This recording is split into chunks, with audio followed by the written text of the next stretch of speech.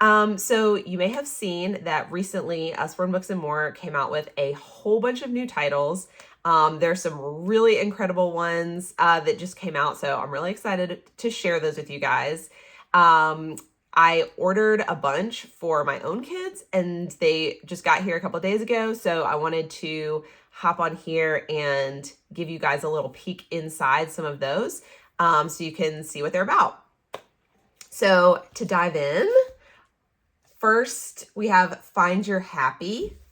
This is a really cute book. Basically, the idea is, oh, it's so great to feel happy, but you're not going to feel happy all of the time.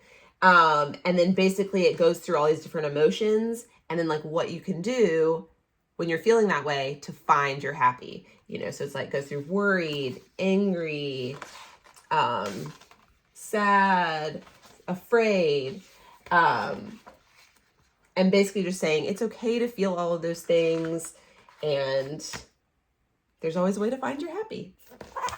So that's really great, positive, uplifting book.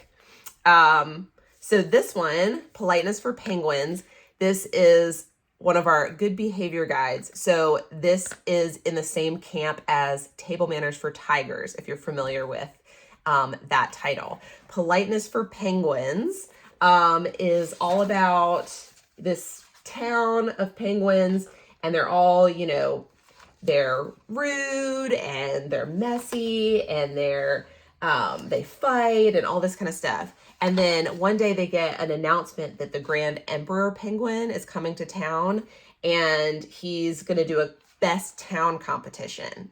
And so then these penguins start going through and they're trying to clean up their act so they could win this best town competition. And they're kind of realizing over the course of the process that it's not so bad to be polite. So anyway, that's a fun read with, kind of a good behavior message in there. This one I'm really excited about. Any of you that know my daughter knows that she can be kind of shy. And this book is great for anybody that has kind of a shy child, because it's about a child who doesn't really talk much, and they get made fun of a little bit, and it's hard for them to speak up, and it kind of goes through some of these things that they're feeling when they're not able to get the words out. But then this child writes this beautiful poem, and with the encouragement of their teacher, like she's encouraging them to read the poem out loud to the class so that it can be shared and enjoyed by everybody. And so then basically the child is going through all these emotions of trying to find their voice. And, in the end, they end up sharing it and realizing that their voice is beautiful. So that's just like, I'm tearing up talking about it. So moving on. This one, okay. I have a huge space enthusiast. So we have like all the space books. Here's a new one. See Inside the Solar System. So this is one of our Lift the Flaps. It's geared towards an older age group of, I think, 7 and up. I personally have a 6-year-old that's really into space, and he, is going to love this. I haven't even given it to him yet, but he's going to love it. So there's kind of there's a wide range that it could appeal to. But this is one that has tons of flaps. I don't know, not all of them are open because, like I said, I haven't given it to him yet, but tons of flaps, lots of information, but like broken out into bite-sized chunks. This one kind of goes through all the different planets. So there's like a page per planet. And then at the end, they go through some other things. The Outer Edge, Beyond the Solar System, Amazing Facts, things like that. There's flaps on all of those pages. So that's a great one if your kid is into space, especially, if you have an older kid that's into space, this is a good option. Another one, I'm really excited about this, Picture Dictionary. So I have the Usborne illustrated dictionary. which is great, but I've actually set it aside for my kids because I feel like it's a little bit too old for them. It does have lots of pictures in it. It's illustrated, but it has like one picture per 3 or 4 definitions. And so there are a lot of definitions that don't have a picture, and the definitions are a little bit more complex. So this one I am really excited about because it has a picture for every single word.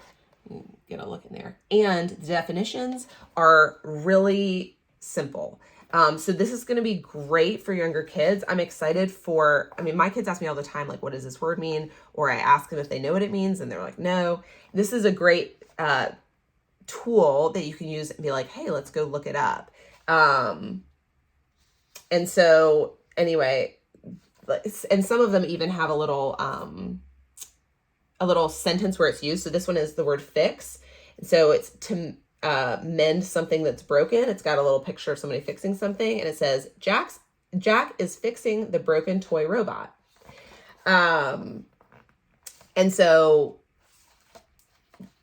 that's just a great one for really a wide variety of kids. I think even, slightly older age groups would appreciate the illustrated dictionary also. Okay, so Little Helpers Grocery Day Sort and Play. So anybody that's seen the Little Helpers Laundry Day, you're going to love this new grocery store one. And if you haven't, then I'm going to show it to you how it works right now. So you've got this little pouch, and you have these felt grocery objects. So I'll just pull out a couple to use as an example. All right, so I got some fish, I got some pears. And so this is your little grocery bag. And so anyway, you're going to the grocery store, and there's it's like, what's on your list today? And there's these felt spots, and the food sticks to them. So I'm like, I'm holding the book like upright, and so it sticks to them and it doesn't fall off. And so then you kind of go through the book, and you can put them, okay, I'm going to put these fish in my shopping cart. The pear is over here. Well, that doesn't make any sense because it's on the cake stand, but whatever. Obviously there's a bunch of different food in the bag that the kids can choose from. You've got food over here on the shelf, and, you can kind of go through, oh, you're checking out. And so you kind of go through the whole process.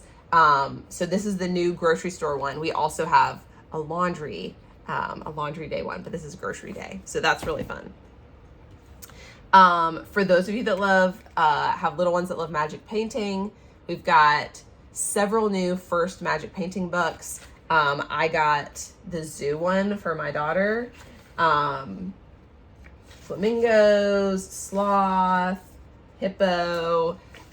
So just a new one of these with some fun new animals you might find at the zoo. Okay, this one I have given to my kids so far, and they love it. This is called The Upside Down Detective Agency, and it's these little sloth detectives, and they solve mysteries. And so then this lady comes, Lady V, somebody's stolen something from her, and so the sloths are on the case. And you go through all the pages, and it has you're kind of helping the sloths find things, find clues, and solve the mystery. So it's really fun. The other great thing about this book is these pictures. There's so many things going on in here, and so much detail and just silly things that are happening. So like, even now that, we've already read this book a million times, like my kids love it.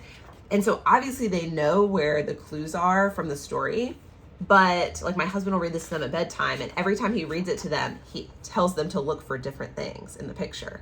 And there's so much happening that you can kind of mix it up every time. So it ends up being really, really fun. And finally, Everything Under the Sun. So this is one of those books that has like a million questions and, kind of a more detailed kind of explanation to answer each question. you can read it kind of however you want. This one is actually designed with a question for every day of the year. So there's 365 questions. But they have just, I mean, all sorts of different topics. They had actual children come up with these questions to go in the book.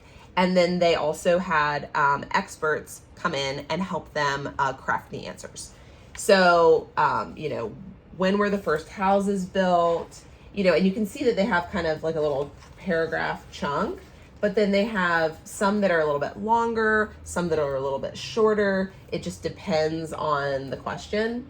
And some of them, they even will credit the expert that they asked about it.